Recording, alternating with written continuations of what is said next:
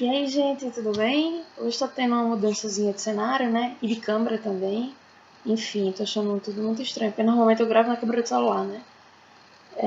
Continua sendo um jeito amador e, enfim, mais simples, né? Verdade, de registrar as minhas opiniões no meu cotidiano como advogada, enfim. Hoje, na verdade, o meu objetivo vai ser reforma trabalhista, né? Já falei um pouco sobre o primeiro vídeo que eu postei uns meses atrás, que eu até falei sobre a questão dos honorários e tudo mais. Vai estar, cara, não eu ia dizer no card linkado, mas eu não consigo. Enfim, vai estar o link na minutagem do último vídeo, tá? E se vocês rolarem lá no link dos vídeos lá em cima, vocês vão conseguir ver os vídeos anteriores. Também não são muitos, não. E sobre a reforma só vai ter esse, mas enfim. O meu objetivo maior hoje vai ser para falar sobre a Lei 13.467, que entrou em vigor em 2017, e a medida provisória. O vídeo talvez fique um pouquinho longo, então talvez nem todo mundo tenha paciência para assistir, né? E aí eu vou compreender perfeitamente, mas eu preciso falar sobre a minha visão, sobre a minha opinião, sobre tipo, os 3 primeiros aspectos da reforma. Outros, assim como existem alguns benéficos também, mas que eu vou deixar para ir falando em outros vídeos mais para frente. A reforma, na verdade, eu achei ela sim extremamente prejudicial para a classe dos trabalhadores. Claro que não vai dar aqui para falar sobre tudo realmente, assim, de uma forma muito profunda, porque a gente sabe que um vídeo desse a gente acaba utilizando argumentos um pouco rasos, né? Mas eu vou tentar contextualizar um pouco, historicamente, para vocês entenderem aonde eu estou querendo chegar. A primeira convenção da OIT, Organização Internacional do Trabalho, estabelecendo lá em 1919, antes mesmo da minha avó nascer, certo? Que a jornada máxima que deveriam ser cumprida por trabalhadores, por empregados, deveriam ser de 8 horas diárias e 48 horas por semana para a indústria. Em seguida, em 1930, entrou em vigor a Convenção da OIT número 30, que estendeu essa mesma jornada para o pessoal que trabalhava no comércio e nos escritórios. Em 1935, na Grande Depressão, a OIT, através da Convenção 47, estabeleceu um limite semanal de 40 horas semanais, certo? Eles estabeleceram isso porque a comunidade internacional e a OIT chegou à conclusão que aquelas jornadas absurdas, né, que a gente tinha conhecimento de 16 horas, 18 horas, 20 horas semanais, elas colocavam em risco muito grande a saúde dos trabalhadores. Eram muitos acidentes do trabalho, muitas pessoas desenvolvendo doenças do trabalho e morrendo muito jovens. E vivendo em condições assim, precárias, subhumanas. E aí por isso que surgiram essas primeiras convenções. Ocorre que o nosso país maravilhoso, eu amo muito o Brasil, tenho muito orgulho de ser brasileira, nunca tive nenhuma intenção de deixar o país, certo? De morar fora. Mas é um país extremamente atrasado em muitos aspectos. E o que aconteceu? A gente só estabeleceu uma jornada máxima de 48 horas semanais em 1943, quando entrou em vigor a CLT. Quando entrou em vigor a CLT em 1943, foi que o Brasil estabeleceu 48 horas semanais de trabalho com jornada delimitada. Ou seja, 24 anos depois que a Organização Internacional do Trabalho havia deixado claro que essa jornada limitada era necessária. E a fixação da jornada para 44 horas semanais, como a gente conhece, só ocorreu por meio da promulgação da Constituição Federal de 88, ou seja, 53 anos depois que a OIT havia colocado em vigor a Convenção 47. Foi que finalmente o Brasil reduziu a jornada semanal de trabalho. E o pior, não colocou as 40, não entrou, não encampou a limitação de 40 horas semanais que era a prevista pela OIT, né? Estabeleceu 44 horas semanais. Isso evidencia que a gente vive em um país que sempre potencializou a exploração de mão de obra em detrimento de direitos trabalhistas mínimos que visavam garantir a proteção dos trabalhadores. Mas mesmo assim, a classe dos empregados ela obteve uma grande vitória quando passou a ser assegurado no artigo 71 da CLT o direito a um intervalo de pelo menos 1 hora para se alimentar e descansar, para quem cumprisse jornada de trabalho acima de 6 horas. A própria legislação já previa exceções no parágrafo 3º, quando dizia o seguinte, que a empresa que possuísse refeitório adequado, não exigisse hora extra e obtivesse autorização do Ministério do Trabalho e Emprego, podia reduzir essa jornada de 1 hora. Isso acontecia porque um dos principais objetivos de se reduzir o intervalo era se permitir que o trabalhador encerrasse a jornada mais cedo e fosse embora para casa para descansar. Entretanto, de forma absurda, a Lei 13.467 de 2017 criou o artigo 611-A para a CLT, certo? Dispondo no inciso 3º que convenção coletiva pode se sobrepor à norma legal quando dispuser sobre intervalo entre a jornada, podendo reduzir a pausa de 1 hora até um limite mínimo de 30 minutos. Gente, isso é um enorme retrocesso social, porque intensifica a jornada de trabalho, porque, ora, se eu não estou gozando de 1 hora de intervalo, só estou tirando 30 minutos de intervalo, é porque eu estou trabalhando. São 30 minutos a mais na minha jornada. E 30 minutos a menos de descanso. E isso coloca em risco a integridade física do trabalhador e beira a inconstitucionalidade, pois permite que empregadores, por meio de negociações coletivas, simplesmente deixem de adotar uma medida que visa assegurar a saúde, a higiene e a segurança do trabalho e reduzir os riscos inerentes ao trabalhador, quando esse direito fundamental está assegurado expressamente no artigo 7º da Constituição Federal, no inciso 22. Lá diz que é direito do trabalhador que o empregador adote medida que vise reduzir os riscos inerentes ao trabalho, vise garantir normas de saúde e segurança do trabalho. E o direito à pausa é uma dessas normas, entendeu? Inclusive, essa norma deve ser avaliada junto com o artigo 6º da Constituição Federal, que diz que é direito de todos o acesso à saúde. O mais doloso, a meu ver, é que o legislador, ciente das limitações impostas pela Constituição, buscou defender que essa pausa mínima de 1 hora não se tratava de uma norma de saúde, segurança e higiene do trabalho, quando fez a seguinte distinção. No artigo 611-A da CLT, ele permitiu a redução da norma lá de 1 hora, certo?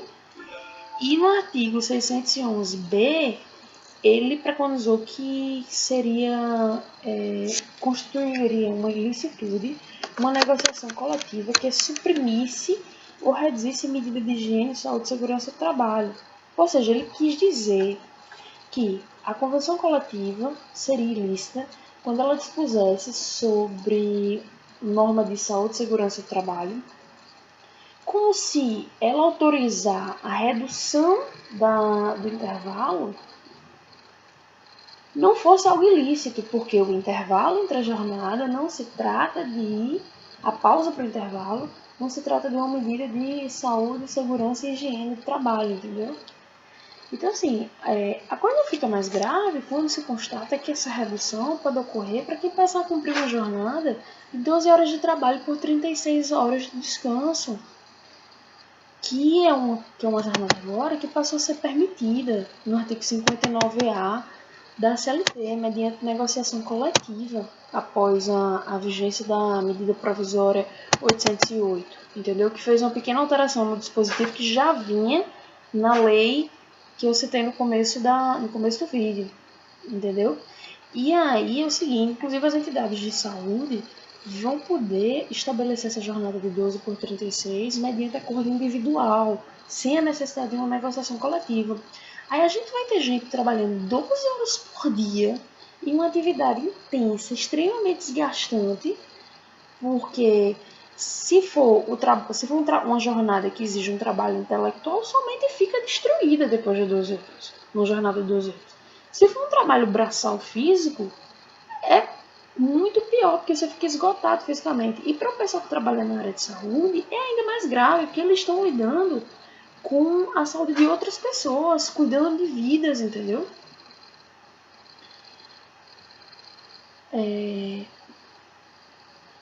E o pior, não é isso, é que a reforma trabalhista agora ainda prevê que o empregador não vai ter nenhum tipo de punição. Porque o que acontece? Ele pode simplesmente deixar de conceder o intervalo, certo? E vai pagar apenas o tempo não concedido com um acréscimo de 50%. E isso aí não vai ter caráter salarial, vai ter o caráter indenizatório. O que isso quer dizer?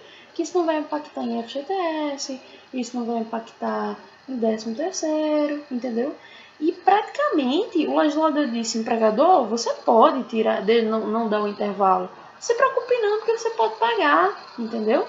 Quer dizer, o pagamento deixou de ser visto como punição, como era visto antes. E isso aí vai contra completamente. Toda essa reforma, todo esse contexto que eu acabei de falar, gente, vai contra a posição dos tribunais de trabalho, Tribunal Superior do Trabalho, Tribunal Regional do Trabalho, que prevê o pagamento como uma punição, inclusive dando caráter salarial, entendeu?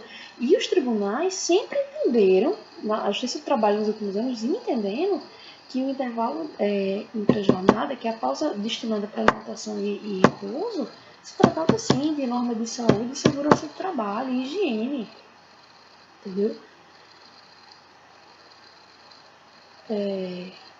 O mais grave, gente, é o seguinte, é que você vê todo esse contexto que eu acabei de falar, certo?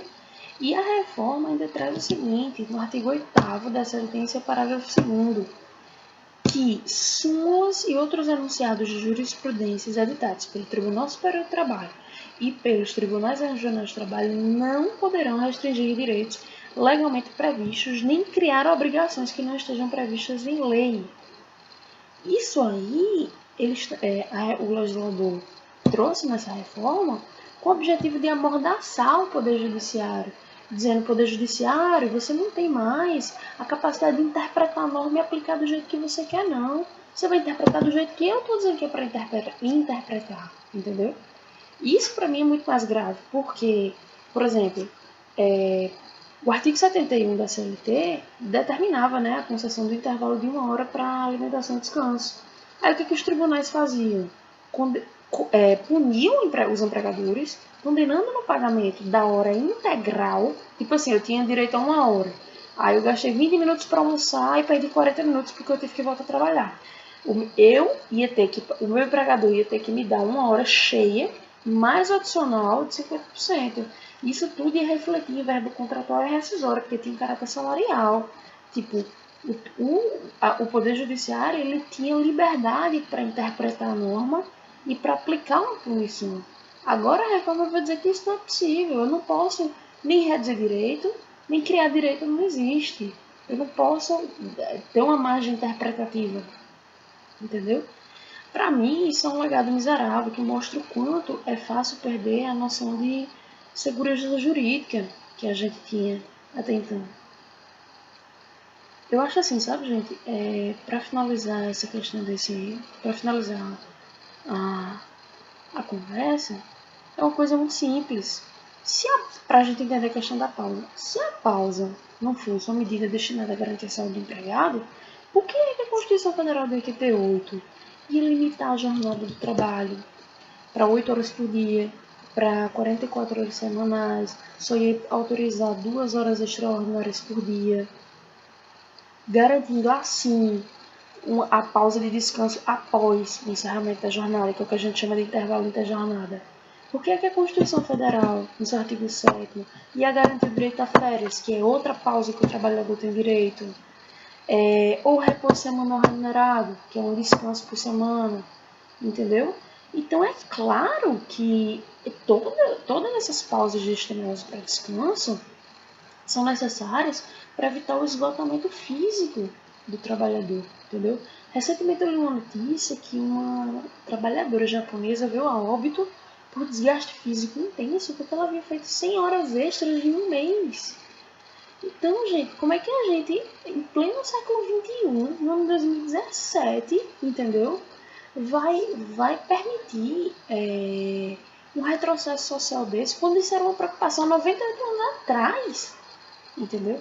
Isso aí é um legado que a gente deixa para envergonhar os filhos dos nossos filhos pelo que os nossos legisladores atuais fizeram, entendeu?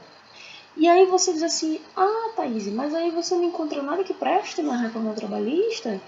Isso não é um retrocesso social, isso não está prejudicando em nada o trabalhador, porque na prática ele realmente come 20 minutos, faz um lanche e volta ao trabalho. Gente, eu tô falando de um vendedor tipo assim, que abre mão às vezes do intervalo entre a jornada para ganhar por comissão de venda, não. A gente está transformando isso em uma regra geral para toda a classe de trabalhador, entendeu?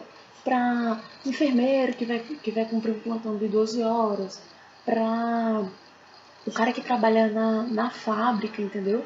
Fazendo serviço braçal, um movimento repetitivo, durante 8 horas por dia, sem contar as horas extras, entendeu? Então isso tudo é um absurdo.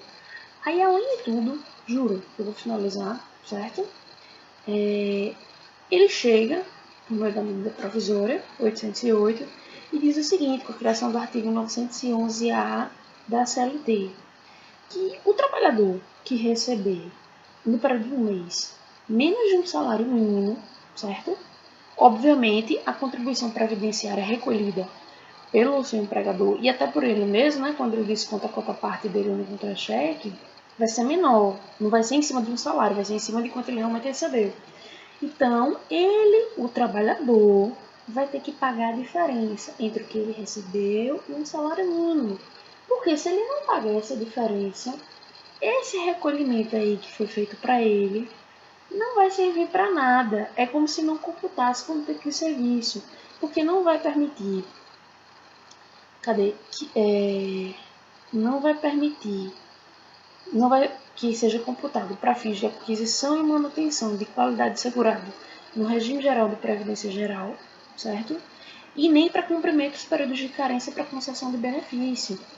Então, assim, por exemplo, você tem que ter um período mínimo de recolhimento de contribuições previdenciárias para que você passe a ter direito a um auxílio-doença, por exemplo. Mas, se nos últimos 6 meses você recebeu só R$ 500 e o seu recolhimento previdenciário foi em cima desses R$ 500 e você não pagou, não fez um recolhimento em cima da diferença aí de R$ 437,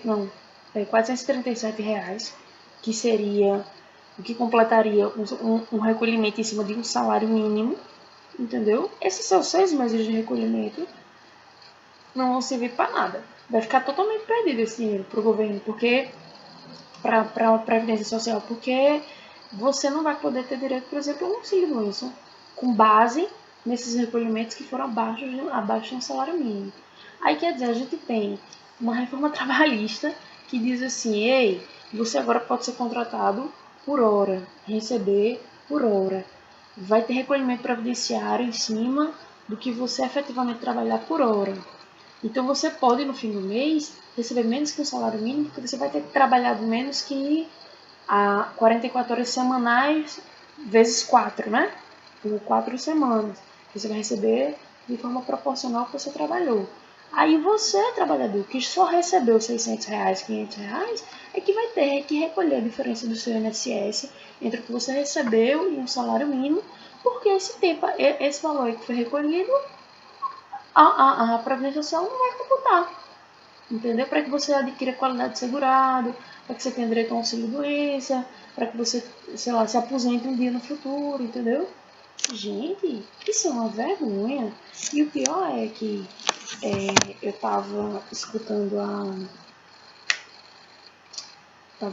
rádio essa semana, e aí tinha um discurso do Temer falando o seguinte, uma entrevista dele dizendo que, na verdade, o governo, com relação à questão da reforma previdenciária, não está fazendo publicidade, que o governo está esclarecendo informações, porque o governo do Temer, ele adota medidas populares, não medidas populistas, porque medidas populistas são aplaudidas hoje e amanhã, e depois de amanhã geram prejuízos para a sociedade. E medidas populares, elas a longo prazo, favorecem as pessoas. Eu não estou falando aqui de política, certo? Eu sou operadora do direito, eu sou advogada trabalhista. Mas do ponto de vista do direito, enquanto operadora do direito, do ponto de vista técnico, isso não favorece nenhum trabalhador e nenhuma ótica, entendeu? O trabalhador agora tem o horário destinado para alimentação e descanso reduzido, certo? O empregador, se quer resolver indenizar, essa indenização vai ter caráter meramente indenizatório, esse pagamento não vai ter, essa compensação, vamos dizer assim, não vai ter um caráter salarial, ou seja, não computa para férias, 13º. Basicamente é como se dissesse assim, empregador, se você quiser tirar um intervalo a qualquer momento, você pode tirar, fica à vontade. E o trabalhador vai ter que contribuir do próprio bolso a diferença entre o que ele receber e um salário mínimo para poder a sua contribuição previdenciária ser computada no histórico dele como tipo de serviço, para ele ter direito, para ele adquirir a qualidade de segurado e para ele ter direito a uma aposentadoria, enfim, ao que seja. Essa questão da contribuição previdenciária, eu vou fazer depois um videozinho menorzinho, certo? Deixando um pouco mais claro, porque talvez tenha ficado meio complicado a forma como eu expliquei. Mas eu digo assim, nada, absolutamente nada, desses 3 pontos da reforma que eu mencionei favoreceu a classe dos trabalhadores. Então, a gente tem que abrir a cabeça, entendeu? E esclarecer a sociedade sobre essas informações, porque eles agora têm que saber o que pode acontecer e o que não pode. Aí muita gente diz assim, não, foi muito bom para o trabalhador agora a reforma, porque a contribuição sindical não é mais obrigatória para o trabalhador. A contribuição não é mais obrigatória. Então, qual é o interesse que o sindicato, se não vai ter receita para se sustentar, vai ter impressionar empregadores para promover negociações coletivas favoráveis, certo? A gente vê uma classe extremamente unida, que é a classe, por exemplo, dos bancários, todo ano tem greve praticamente, na verdade. Mas você pega uma convenção coletiva de um bancário, gente, é extremamente protetiva para o bancário. Agrega, realmente acrescenta. Mas em que é que uma convenção coletiva vai acrescentar uma classe trabalhador reduzindo o seu tempo de intervalo entre a jornada? Então, assim, enfim, se você teve paciência de me assistir agora, eu espero que você entenda meu desabafo, entendeu? Sei que alguns vão concordar, sei que outros não vão concordar, certo? Mas a reforma tá aí, tem que ser lida, a gente tem que compreender, entendeu? Tem que saber interpretar a norma, entender o que motivou, entender o que pode acontecer, até para que a gente possa ver como construir teses nas nossas peças, alegando inconstitucionalidade de algumas normas, entendeu? Eu tenho visto aí muita matéria da Matra, né, que é a Associação dos Magistrados de Trabalho, falando que os juízes de trabalho vão se recusar a aplicar algumas normas, entendeu? É toda uma legislação nova, e aí eles mesmos, assim, os magistrados, quando a gente vai para as audiências conversando com eles, percebe o quanto é mal vista a reforma, o quanto eles não sabem como eles vão aplicar, entendeu? Porque tem ali um efeito de modulação, né? Para trás e para frente, entendeu? Em relação ao que era para trás, tem que ser aplicada o direito material que estava em vigência na época da relação de contrato. Mas aí quem continua trabalhando e vem a propor ações judiciais nos próximos 2, 3 anos, vai pegar uma regra de transação, porque vai ter direito a algumas coisas até julho de 2017, entendeu? Até julho não, me perdoe. Até o mês agora de novembro, antes da vigência da lei, né, da reforma, e vai pegar uma parte para frente de acordo com a norma, né? Então, assim, é muito importante que a gente não deixe de ver, que a gente não deixe de entender, que a gente não deixe de interpretar, para que a gente possa começar a avaliar, entendeu? A nossa postura com relação aos nossos políticos para frente, na verdade, para que sejamos capazes de esclarecer os nossos jurisdicionados, o impacto na vida deles dessa reforma trabalhista, entendeu? Para que eles saibam fazer escolhas, tomar decisões adequadas nas urnas, na verdade, em outubro e na época das eleições. E muito mais do que isso, para que eles cada vez mais tenham conhecimento dos direitos que eles realmente têm, E quantos direitos estão sendo suprimidos e violados para que eles tomem posturas, entendeu? No sentido de se filiar ao sindicato, no sentido de promover o pagamento de forma voluntária da contribuição sindical, no sentido de pressionar o sindicato para o sindicato ser mais atuante, entendeu? Enfim, gente, fica aí o meu luto, na verdade, por esses pontos da reforma que eu acabei de mencionar, tá bom? Valeu, gente. Tchau, tchau.